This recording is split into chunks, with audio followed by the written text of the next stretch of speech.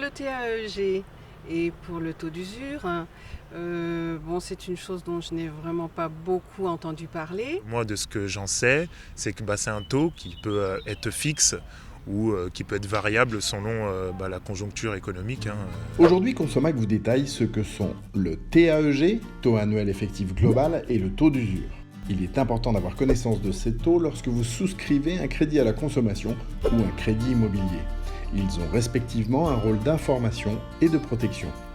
Le taux annuel effectif global, ou TAEG, exprime en pourcentage le coût total d'un crédit. Il comprend le taux d'intérêt de base du crédit, ou taux nominal, et l'ensemble des frais annexes liés à l'octroi de ce crédit, comme par exemple les frais de dossier, les coûts des garanties ou assurances obligatoires, hypothèque, assurance emprunteur, et, plus généralement, tous les frais imposés pour l'obtention du crédit. Le TAEG doit être inscrit au contrat et fait partie des informations déterminantes pour choisir votre crédit. Il permet une véritable évaluation du coût global de chaque crédit et aide à comparer les offres proposées par les prêteurs, les règles étant les mêmes pour tous. Le taux d'usure est le taux d'intérêt maximum qu'un prêteur a le droit de pratiquer lorsqu'il accorde un crédit.